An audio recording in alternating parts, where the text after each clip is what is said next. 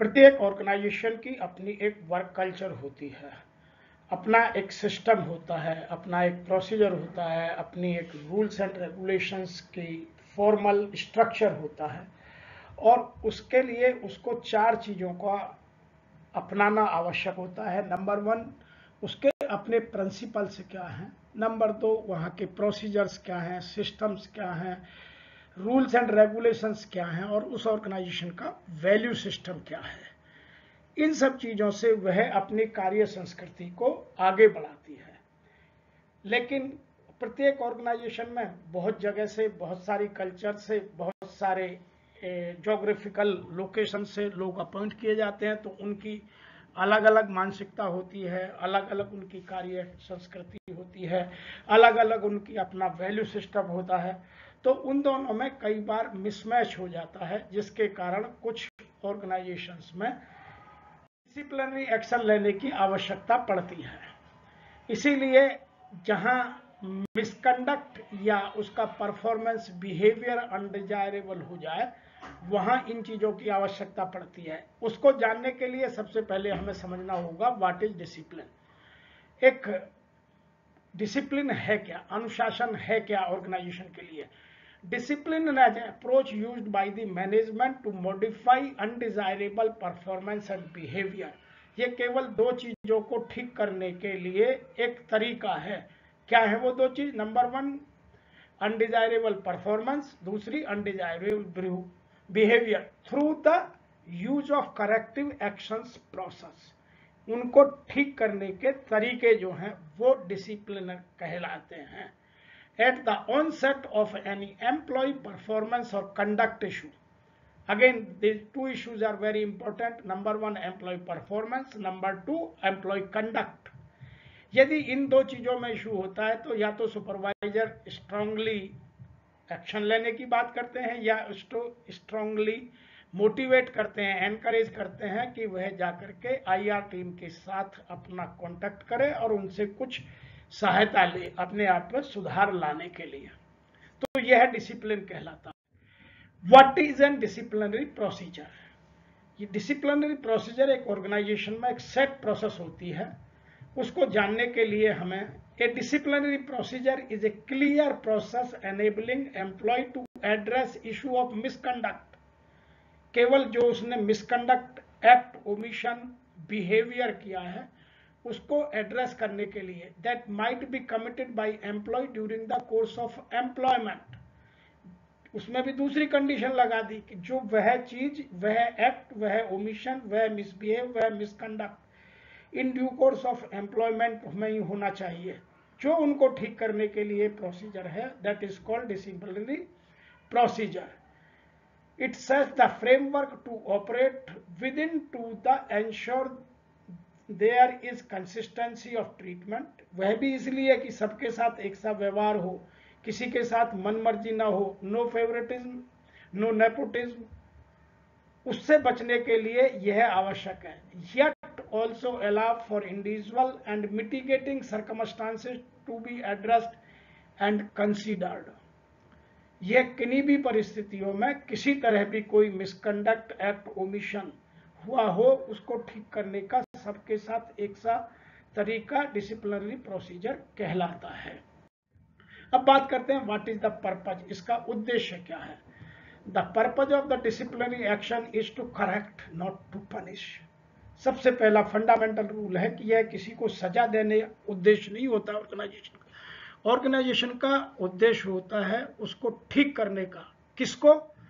Work related behaviour, जो उसके काम से संबंधित उसका आचरण है, काम करने का तरीका है, उसको ठीक करने का। Each employee is expected to maintain standard of performance and conduct as outlined by the immediate supervisor and to comply with the applicable policies, procedure and laws। हर ऑर्गेनाइजेशन में कुछ प्रोसीजर होते हैं, कुछ लॉ होते हैं, कुछ सिस्टम्स होते हैं, उनके द्वारा उसकी परफॉर्मेंस और उसका कंडक्ट एक्सपेक्ट किया जाता है। यदि वह उसको पूरा करता है तो ठीक है, यदि उसके बाहर अनएक्सपेक्टेड बिहेवियर करता है या अनएक्सपेक्टेड एक्ट करता है तो उनको ठीक करने के लिए डिसिप्लिनरी एक्शन की आवश्यकता होती है। अगली चीज इसमें एक और भी कही गई, when an employee does not meet the expectations set by the supervisor. कुछ चीजें ऐसी भी हैं जो उसके सुपरवाइजर ने, जो उसका इमीडिएट सुपरविजन करता है, उसने ठीक की है, या अप्रोप्रिएट अथॉरिटी है, तो वह उसको काउंसिल कर सकती है या डिसिप्लिनरी एक्शन ले सकती है। यह जैसी जिस एम्प्लॉय के बिहेवियर की, एक्ट की, ओमिशन की या मिक्स कंडक्ट की सीवियरिटी को देखते हुए निर्धारित किया जाता है।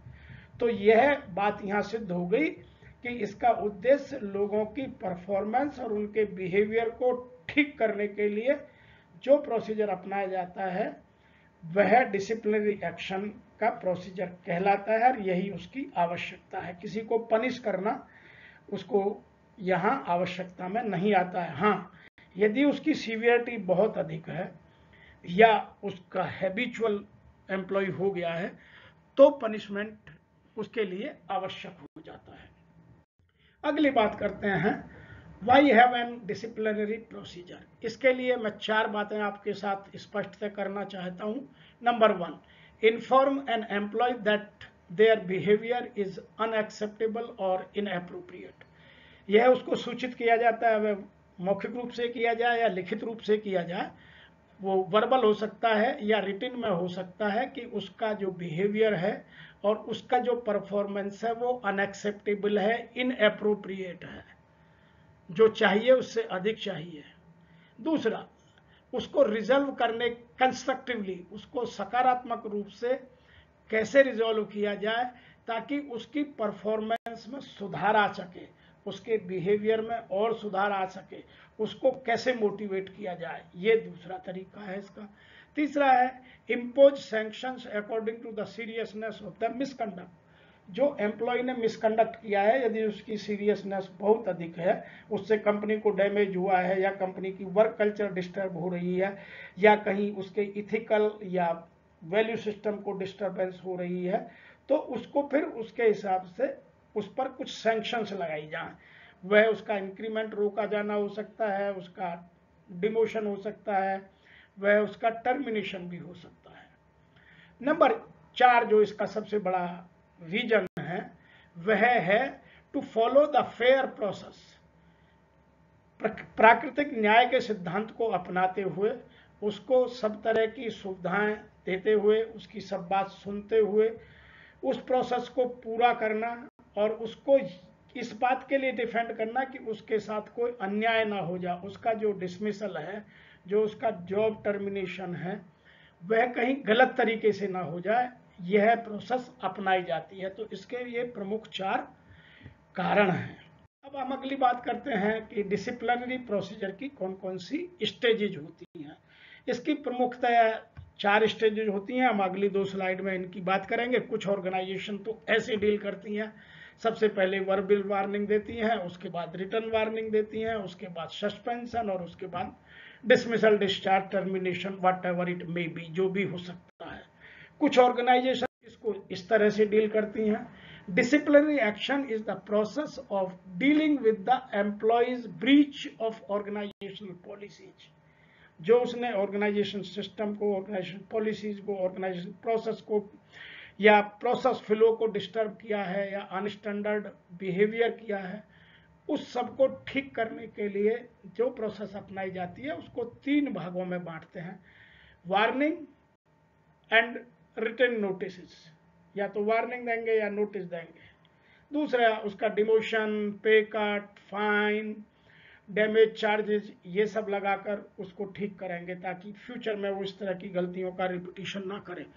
और यदि इससे भी ज्यादा सीवियरिटी है तो उसका सस्पेंशन एज ए पनिशमेंट या उसका टर्मिनेशन ऑफ सर्विसेज, जो जिस ऑर्गेनाइजेशन में जैसे लागू हो जाए। इसके लिए मैं यहां एक बात और कह देना चाहता हूं, it involve communicating the problem. ये एम्प्लॉय को प्रॉब्लम कम्युनिकेट करती है, इन्वेस्टिगेशन का सॉल्यूशन देती है और डिसाइडिंग कोर्स ऑफ एक्शन कि उसके साथ क्या एक्शन लिया जाए उसको डिसाइड करती है, और implementing the chosen disciplinary measures. जो आपने डिसाइड कर लिया उसको इम्प्लीमेंट करने का तरीका है।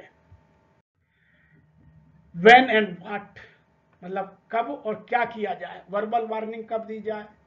वर्बल वार्निंग देने का टाइम होता है, वर्बल वार्निंग इमीडिएट दी जाए, या आपने एक दो उनके इंसिडेंट, क्योंकि किसी को भी एक इंसिडेंट से जज करना अच्छी बात नहीं है।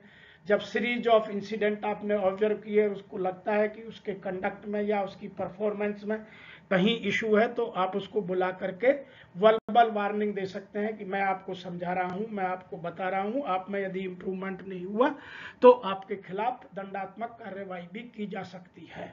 आपका या तो यह परफॉर्मेंस का इशू है या आपका ये बिहेवियर का क्वेश्चन है। तो यह पहला तरीका है।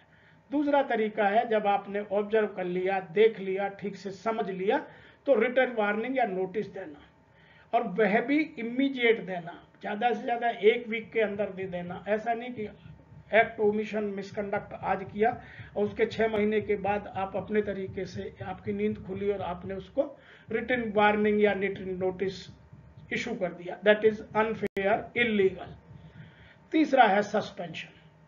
यदि सीवियरिटी अधिक है, कोई कल्चरल चेंज आ सकता है, शो फ्लोर पर डिस्टरबेंस हो सकता है, प्रोसीजर की वजह से आपके प्रोडक्ट या सर्विस की क्वालिटी डिस्टर्ब हो सकती है, तो आप उसको सस्पेंड भी कर सकते हैं। During the duration of suspension will depend upon the severity of the issue and expectation set by the employer. जो एम्प्लॉयर ने एक्सपेक्टेशन सेट की और उसका जो सीवियरिटी है उसके ऊपर करेगा। कई बार 1 दिन का सस्पेंशन भी काफी होता है, कई बार जो स्टैंडिंग ऑर्डर्स में कहीं कहीं मैक्सिमम 7 डेज का सस्पेंशन लिखा है, कहीं 3 दिन का लिखा है। लोग अधिकतर 3 दिन का सस्पेंशन एज ए पनिशमेंट देते हैं। नंबर 4 है टर्मिनेशन ऑफ एम्प्लॉयमेंट। जब सीवियरिटी बहुत अधिक हो गई या हैबिचुअल हो गया, या ऑर्गेनाइजेशन को बार बार डैमेज होने की या प्रोडक्ट की, सर्विसेज की या क्वालिटी की, दोनों का इशू आता है, तो फिर यह कदम उठाया जाता है। Termination should only occur after all other steps of disciplinary process have been followed. उसको वर्बल, रिटर्न, सस्पेंशन ये सब हो चुका है। वर्बल वार्निंग दे ली, रिटर्न वार्निंग दे ली, सस्पेंशन कर लिया, लेकिन सुधार नहीं आ रहा है, तो फाइनल है, अब उसको इससे ज्यादा और नहीं सहन किया जा सकता। दूसरा रीजन है the employee has given adequate opportunity to improve, लेकिन कोई उसकी ना तो परफॉर्मेंस में ना बिहेवियर में बदलाव नहीं आ रहा। वह जैसा है वैसा ही है, छुट्टी करता है, बिना बताए करता है, माल का जो प्रोसेस है उसको ठीक से फॉलो नहीं करता, जो स्टैंडर्ड पैरामीटर हैं या एसओपीज हैं उनको डिरेल करता है, एम्प्लॉय के साथ झगड़ा करता है, या वो काम करता है जो अनवांटेड बिहेवियर शो फ्लोर पर नहीं होना चाहिए वह काम करता है, सेफ्टी के रूल्स एंड रेगुलेशंस को फॉलो नहीं करता है, जिसकी उसकी खुद की असुरक्षा, कारखाने की असुरक्षा और वहाँ काम करने वाले सभी लोगों की असुरक्षा बढ़ जाती है। तो ये वो रीजन है जिनकी वजह से आप उसको टर्मिनेट कर सकते हैं। In general termination should be the last resort. Termination पहली बार में नहीं करना। मैं बार बार कह रहा हूं कि एक इंसिडेंट से किसी आदमी का बिहेवियर या परफॉर्मेंस जज मत कीजिए। एक बार किन्हीं परिस्थितियों में भी गलती हो सकती है। आपका एज एन एम्प्लॉयर बड़ा दिल होना चाहिए और आपकी उसकी series of incident, accident observe कीजिए, तब ये एक्शन लीजिए। तो बात हम करते हैं कि इसकी रूट्स कहां से आती हैं, ये सवाल पैदा कहां से होता है कि डिसिप्लिनरी एक्शन। इसके 3 प्रमुख कारण हैं। कुछ क्लॉजेज अपॉइंटमेंट लेटर में लिखी जाती हैं, कुछ कंपनी की पॉलिसीज होती हैं, रूल्स एंड रेगुलेशंस होते हैं, एसओपीज होती हैं, कुछ गवर्नमेंट की नई पॉलिसीज आ जाती हैं। जैसे 2013 के बाद अचानक पॉश आ गया, तो पॉश को ऐड किया गया, उसमें अपनी पॉलिसी बनाई गई, उसकी ट्रेनिंग दी गई, उसकी बहुत अवेयरनेस डेवलप की गई। और सबसे अधिक जो होता है वह होता है कंपनी के या बिजनेस के स्टैंडिंग ऑर्डर्स। वो सर्टिफाइड भी हो सकते हैं और वो स्टेट द्वारा बनाए गए एक्ट के अनुसार भी हो सकते हैं। मैं स्टैंडिंग ऑर्डर्स में एक बात और भी बता दूं, कुछ इंडस्ट्री ऐसी हैं, जैसे शुगर इंडस्ट्री है, वह सब कॉमन बनाकर रखती है, क्योंकि सारी शुगर इंडस्ट्री वेज बोर्ड से गवर्न होती है, उनके सबके वेलफेयर और उनकी वेज स्ट्रक्चर लगभग एक सा होता है, तो स्टैंडिंग ऑर्डर्स भी एक से होते हैं। टेक्सटाइल होता था, सीमेंट इंडस्ट्री है, कुछ केमिकल इंडस्ट्री भी ने भी अपनी एसोसिएशन बनाकर इन चीज़ों को कर लिया है। तो ये डिपेंड करता है कि आपके ऑर्गेनाइजेशन में एप्लीकेबल क्या है, उसको देखिए और वहां से उसकी रूट के अनुसार, उस प्रोसीजर के अनुसार ही एक्ट कीजिए। यदि आपकी इन तीनों चीजों में, अपॉइंटमेंट लेटर, कंपनी की पॉलिसीज, रूल्स रेगुलेशंस और जो आपने सिस्टम बनाए उनमें, या स्टैंडिंग ऑर्डर्स में नहीं है, तो फिर उन चीजों को आप ठीक से हैंडल कीजिए। नंबर नेक्स्ट हम बात करते हैं, what is a disciplinary warning. Warning क्या होती है? वार्निंग एम्प्लॉय को रिटन और वर्बल दी जा सकती है। यह एम्प्लॉय का जो एक्शन है, एक्ट है, ओमिशन है या ब्रीच है, उसके बाद दी जाती है। और ऐसा पहली बार नहीं, कई बार लोग 1 वार्निंग, 2 वार्निंग, 3 वार्निंग कई बार देते हैं, लेकिन उसके लिए कुछ रीजन होते हैं, उनको वो देखते हैं, वो क्या होते हैं। Number 1, what is the misconduct and performance issue etch. छोटी छोटी बातें हैं, छोटी छोटी गलतियां हैं, एक ही हो सकता है या बड़ी गलती है, ये आपको डिपेंड करेगा। छोटी बात है तो वार्निंग, वर्बल वार्निंग देकर छोड़ सकते हैं, बड़ी है तो रिटन देनी पड़ेगी ताकि रिकॉर्ड जनरेट हो, कल को वो डिनाई ना कर पाए, वह उसके फाइल में डॉक्यूमेंट रखा जाता है। दूसरी है the change need with time lines and उसके जो एम्प्लॉय है उसके बिहेवियर में, उसके एक्शंस में, उसके काम करने के तरीकों में बिहेवियर चेंज और वर्किंग स्टाइल चेंज की आवश्यकता है, वह भी टाइम स्केल के साथ की। आप इतने दिनों में ये चेंज नहीं किया, नजर नहीं आया, तो आपके खिलाफ क्यों नहीं दंडात्मक कार्रवाई की जाए। तो उसमें 2 चीजें साफ साफ की जाती हैं, what is act and what is the change expected. यह वार्निंग का तरीका है। तीसरी बात वार्निंग में जो लिखी जाती है, what could happen if the changes are not made. यदि आप में वो बदलाव जो कहे गए हैं, जो बताए गए हैं, जो समझाए गए हैं या मौखिक रूप से बताए गए हैं, आपने बदलाव नहीं किया, आपके कंडक्ट में, आपके बिहेवियर में कोई चेंज नहीं आया, तो उसके बाद क्या हो सकता है। तो ये वार्निंग के 3 फंडामेंटल रूल्स हैं। यदि ये तीनों हैं तो वार्निंग है, और यदि नहीं है तो वह फिर कुछ और ही है। नंबर दूसरी बात कर रहे हैं, suspension. Disciplinary suspension with pay, the temporary removal of an employee for the disciplinary reasons. दंडात्मक कार्रवाई के कारण किसी आदमी को उसके कार्य से कुछ दिन के लिए अलग कर देना, वो उसके या तो टिल द इंक्वायरी पेंडिंग हो सकते हैं या एज ए पनिशमेंट हो सकते हैं, वह सस्पेंशन कहलाता है। उसके 2 तरीके हैं, यदि एज ए पनिशमेंट है तो 1 दिन, 2 दिन, 3 दिन मैक्सिमम हो सकता है, किसी किसी में 7 दिन भी है स्टैंडिंग ऑर्डर्स में, या जब तक इंक्वायरी चलती है तो आप उसको इन्वेस्टिगेट करते हैं। तो जो एलिगेशन उस पर लगाए हैं, जब तक आप उनकी इन्वेस्टिगेशन प्रोसेस में हैं तब तक के लिए उसे सस्पेंड कर सकते हैं, और उस पीरियड में जो तय हो जाएगा सस्पेंशन, यदि लीगल और इलीगल है तो वो उस हिसाब से उसकी पे को डील करेगा। तीसरी बात हम बात करते हैं, what kind of disciplinary actions is suspension. किन किन चीजों के लिए suspension is when employee is sent home. यह तब संभव है कि जब उसको काम करते हुए, जब वो अपने रोजाना काम पर आता हो, अपनी परफॉर्मेंस ठीक कर रहा हो, अपना एक्ट में गलती कर दी हो, या उसका एक्ट ठीक हो रहा हो, परफॉर्मेंस ठीक नहीं हो रही हो, तो उसको तब काम करते हुए जब वह ड्यूटी पर हो, ड्यूटी से अलग किया जाता हो, तो सस्पेंशन कहलाता है। कुछ लोग आदमी चार्जशीट देते हैं हैबिचुअल एब्सेंटी की और उसका सस्पेंशन करते हैं, मेरी समझ में नहीं आता, जो आ ही नहीं रहा है काम पर तो उसका सस्पेंशन कैसा। कुछ लोग बहुत लंबे समय से बीमार है या बीमारी का बहाना बना रखा है ईएसआई से या लोकल अथॉरिटी से मिलकर ऑर्गेनाइजेशन के साथ चीटिंग कर रहा है, तो उसको सस्पेंड करने का कोई मीनिंग नहीं है। तो आपको सस्पेंशन देने के लिए देखना पड़ेगा 2 चीजें, नंबर वह काम पे आता हो, दूसरा वो पूरी तनख्वाह पाता हो, और तीसरा या तो उसकी इंक्वायरी पेंडिंग है तो तब तक उसकी जो इन्वेस्टिगेशन प्रोसेस है वो ऑन हो। यदि इन्वेस्टिगेशन प्रोसेस हो फिर भी आप उसे टर्मिनेट करके रखते हैं तो थोड़ा सा अनुचित माना जाता है। नंबर नेक्स्ट बात करेंगे, what is the maximum period. वैसे तो यह अपने अपने अपॉइंटमेंट लेटर या स्टैंडिंग ऑर्डर्स या अपनी कंपनी की पॉलिसी पर निर्भर करता है, लेकिन मैं एक जनरल रूल के हिसाब से बता रहा हूं। अधिकतर ऑर्गेनाइजेशंस में पहले 90 दिन का और फिर 90 दिन का उसका एक्सपेंशन, कुछ लोग 30 दिन का करते हैं। जो भी परिस्थिति जैसी भी बनती हो आप उसको अपने हिसाब से देख सकते हैं, समझ सकते हैं आपकी ऑर्गेनाइजेशनल नीड क्या है, शॉप फ्लोर नीड क्या है, उसकी स्किल सेट क्या है, उसके आने ना आने से ऑर्गेनाइजेशन को कितना किस तरह का नुकसान हो सकता है या फायदा हो सकता है, वह आप देखिएगा। तो दोबारा 30 दिन, 60 दिन और मैक्सिमम 90 दिन के लिए बढ़ाया जा सकता है। तो मैक्सिमम सस्पेंशन का पीरियड 180 डेज माना जाता है। वैसे मैं बार बार आपको कह रहा हूं कि अपने अपने स्टैंडिंग ऑर्डर्स को चेक कीजिए, जिसके स्टैंडिंग ऑर्डर्स में जितना लिखा है। बहुत सारे स्टैंडिंग ऑर्डर्स में है ही कुल 90 डेज, पहले 30 डेज, फिर 30 एक्सपेंशन और दूसरा एक्सपेंशन मैक्सिमम 30 डेज, तो you can go for maximum 90 days. तो आप अपने स्टैंडिंग ऑर्डर्स बनाते समय इन चीजों का ध्यान भी रखिए।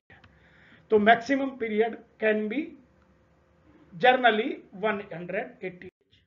दूसरी हम बात करते हैं what is the allowance given suspended employee, उसको सबसिस्टेंस अलाउंस कहते हैं। एम्प्लॉय जब पहली बार सस्पेंड किया जाता है तो 50% ऑफ देयर सैलरी और वेजेस दी जाती हैं, और यदि उसको दोबारा और बढ़ाया जाता है तो फिर वह बढ़ करके 50 से 75% हो जाती है। कुछ ऑर्गेनाइजेशंस के अपने अलग रूल हैं, ये अपने अपने रूल्स और अपने अपने स्टैंडिंग ऑर्डर्स पर निर्भर करता है, लेकिन जनरल प्रोसीजर यही रहता है। इसीलिए मैं आपको यह बता रहा हूं कि मैक्सिमम 50% से स्टार्ट करते हैं और 75% पर उसे खत्म कर लेते हैं, और मैक्सिमम पीरियड 180 डेज का मानते हैं। तो यह सबसिस्टेंस अलाउंस आपको समझ में आना चाहिए, और इसकी ना देने की गलती मत कीजिएगा। बहुत सारे लोग सबसिस्टेंस अलाउंस नहीं देते हैं, इंक्वायरी विशिएट हो जाती है कि उसका एम्प्लॉय का घर कैसे चलेगा। तो आप इन चीजों को मानवता के साथ डील कीजिएगा। नंबर नेक्स्ट है what is dismissal. Dismissal also called firing, आज की भाषा में लोग इसे फायरिंग कहते हैं कि उसको फायर कर दिया। तो dismissal is the termination of employment, आपका काम की समाप्ति हो जाना, जो आपके अपॉइंटमेंट लेटर में टर्म्स और कंडीशंस के अनुसार, स्टैंडिंग ऑर्डर की टर्म्स और कंडीशंस के अनुसार आपके एम्प्लॉयमेंट को टर्मिनेट किया जाना। इसमें दूसरी विशेष बात है, एक तो टर्मिनेशन ऑफ एम्प्लॉयमेंट, दूसरा against the will of employee. Employee नहीं चाहता, एम्प्लॉय ने रिजाइन नहीं किया है, एम्प्लॉय घर नहीं जाना चाहता, सुपर एनुएट नहीं हुआ है, रिजाइन नहीं हुआ है, तो जहां against the will of employee termination of employment होता है, दैट इज कॉल्ड डिसमिसल। इसकी और बहुत सारी डेफिनेशंस मैंने आपको बताई हैं, आप उनको आराम से देखिएगा। मैं आशा करता हूं कि आपको यह समझ में आया होगा, और यदि आपका कोई इश्यू है तो हमें लिखिए। मैं और मेरी संस्था डूअर्स पैराडाइज फाउंडेशन का पूर्ण प्रयास है कि हम आज जो वर्तमान में IR कॉम्पिटेंसी की कमी होती जा रही है उसको पूरा करें। आपको यह देखने के लिए आप मेरे सभी वीडियोस को देखने की कोशिश कीजिए, जो तो आपकी IR रिलेटेड जानकारी बहुत तेजी से बड़े सिस्टमेटिक ढंग से पूर्ण होगी। मैं आशा करता हूं कि आपको यह वीडियो अवश्य पसंद आएगा। आप मेरे चैनल को सब्सक्राइब करें, और आप अपने मित्रों को जो IR के फील्ड में या जिनको इनकी आवश्यकता है या जो यूनियन से जुड़े हुए हैं उन सब पहुंचाने का कष्ट करें।